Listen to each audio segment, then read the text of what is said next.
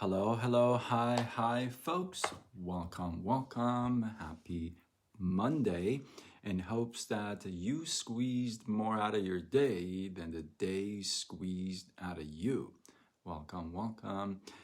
There's a new feature, well, maybe about a week or 10 days old, about Facebook Lives that I absolutely love. When you click to start your live, it gives you a countdown, which is really cool, like 3, 2, 1, which is really neat. And I was playing with the features. Yo, buddy, T-Money was cracking like in money. See, I told you I'd be here in 5 minutes, half hour ago. See, excellent. You know. So yeah, that's a really cool feature. And I was playing around with some of the effects. I've never played. Well, I think I did a live one time with one of the sleeping effects, but I haven't played with the effects at all. But there's so many new effects, Anyway, I digress. Today, I want to talk about this main principle, this focal point in Buddhism. Now, some of you know, some of you don't know, but some of you should know, You know how we do Persian time in baby. I represent, I got to represent. I think I represent a little too well. But so some of you know, some of you may not know, so I would need to know. But anyway, I never push anything on anybody, okay?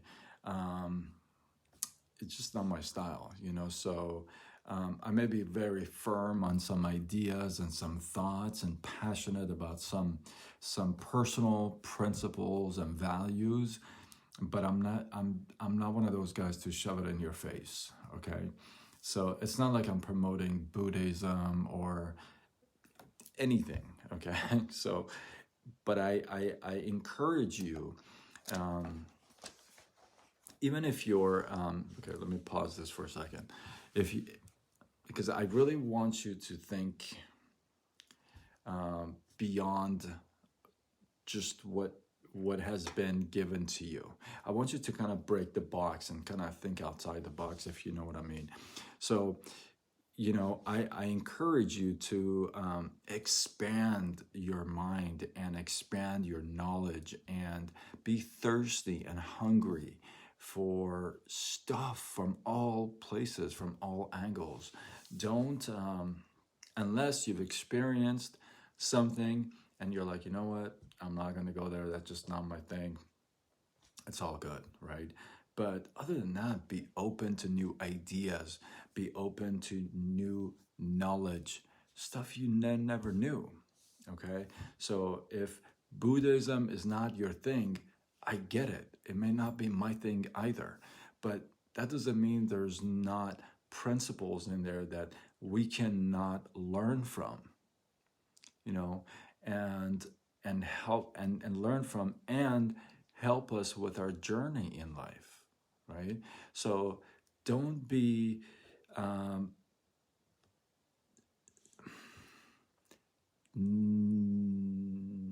naive about learning. Does that make sense? I hope that makes sense. Does that make sense? I hope that makes sense. Anyway, this main principle in Buddhism,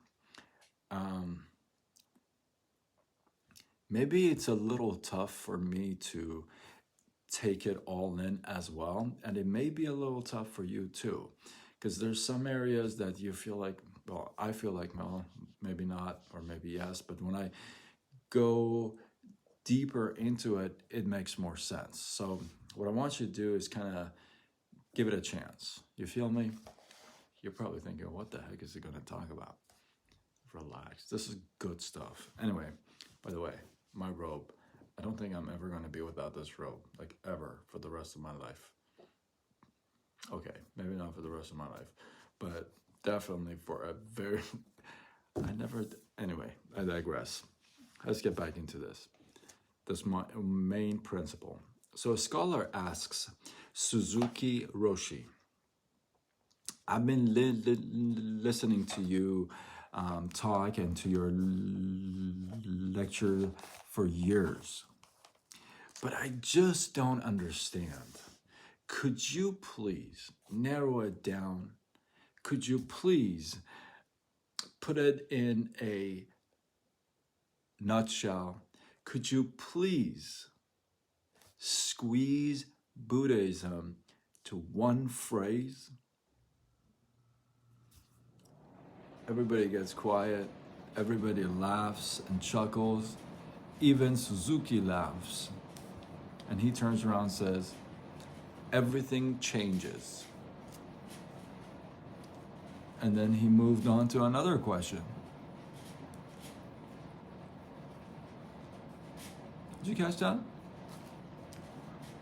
One of the foremost teachings in Buddhism is that everything in life is impermanent. Everything. Nothing is permanent. Suzuki Roshi is referring to this impermanence by saying everything changes. Everything changes. This is a very deep teaching. I'm definitely not qualified to teach this, but I'll try to share with you what I learned. Okay, but I'm no scholar to be teaching this stuff, so just don't take that. No. But I'll share the main ideas with you. This pretty much encompasses everything. So if you go deep, right? If you go deep and dig in, you could get stuck in thoughts, right? You could get stuck there for like hours and days, right? And still not understand the full magnitude of the principle of impermanence, right? Because you got to understand that this main principle, it's everything. You are impermanent. Your loved ones are impermanent. Your home is impermanent. Your family is impermanent. Your job is impermanent. Your wife, your husband, your spouse, your significant other is impermanent. Even our planet is impermanent. Now, why is this important? Why does this matter to you and I that maybe don't even practice Buddhism or don't even buy it that much? Why does it matter? Well, because it teaches us that grasping on, I want you to really, this is so good, okay? I really want you to focus and pay attention here. This teaches us that grasping onto things is one of the major reasons as to why we suffer. Okay, let me say that again. Grasping onto things is one of the major reasons as to why we suffer. Grasping means holding on to, not letting go, almost like what? Worshipping it. Like, oh.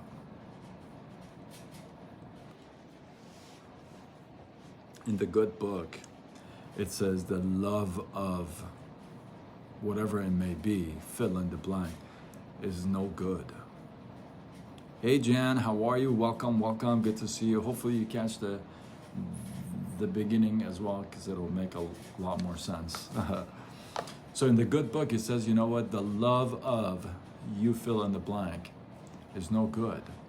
Isn't that the same thing as grasping on and holding on and letting it control you? That's how I translate it.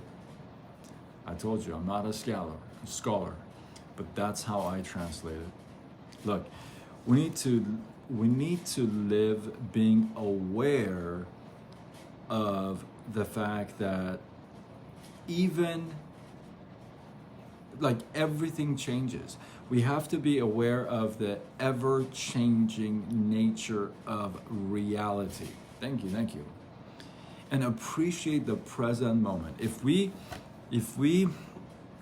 acknowledge the fact, and if you think about this, a lot of the scholars around different religions, different thoughts, kind of say the same thing. Okay, if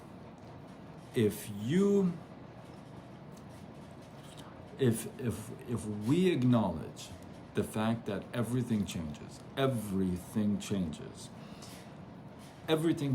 which means that the moments we are in right now, it changes. Conditions and circumstances in this very moment change. So if we acknowledge that,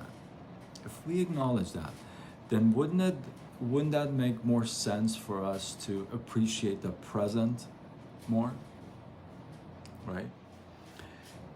And isn't that what the Stoics say? Focus on the present.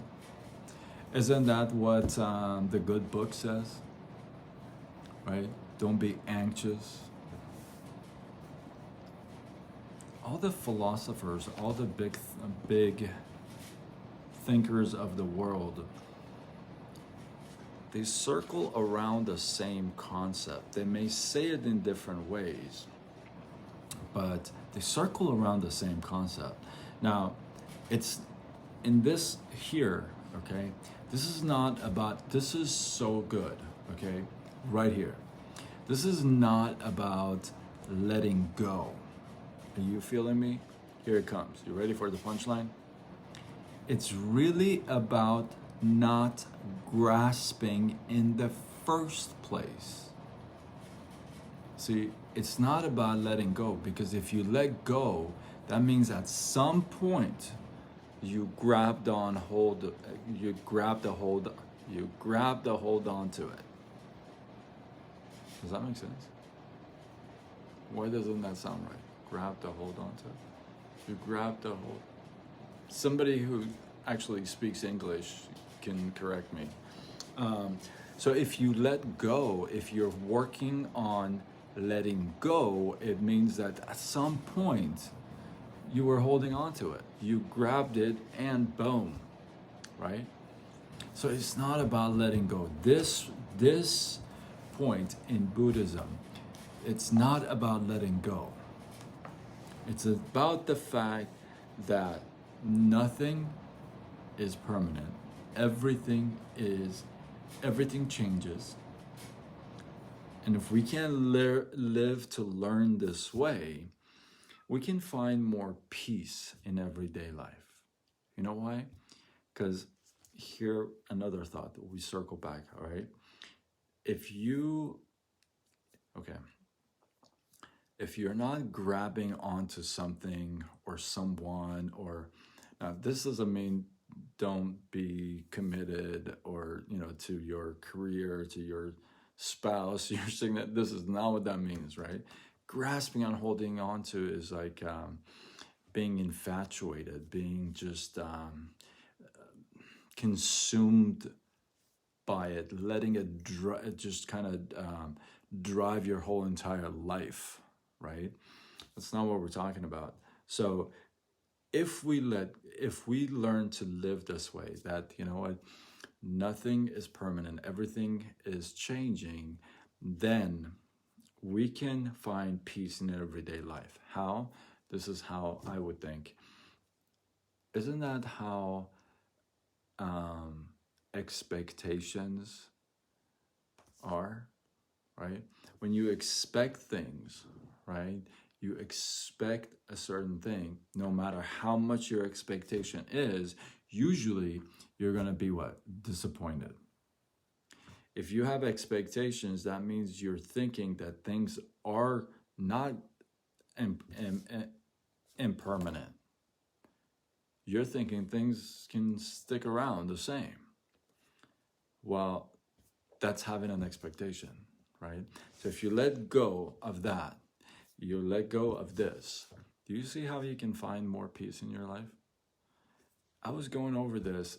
It's a little I'll be truthful. It's a little hard to kind of marinate, but when you think about it, it's like, okay, okay, I can make sense out of it, right? Just that sometimes it's kind of tough when you are exposed to a new idea, especially the first time, and you got to kind of go over it a couple times, a couple hundred times, and then see if it works for you or not. But I love this concept. I think I think it may be at some areas it may be a little tougher to execute, but that's what's exciting about it, because you can get to practice and get better and get more experience under your belt. You know what I mean?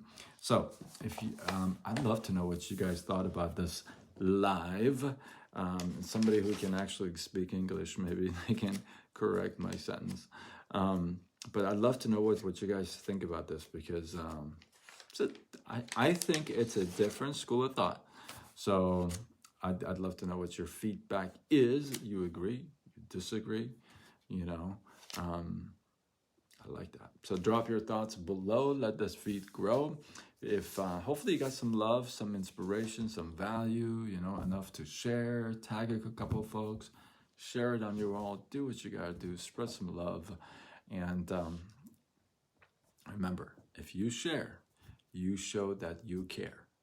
And until tomorrow, where we do it all over again. Much love.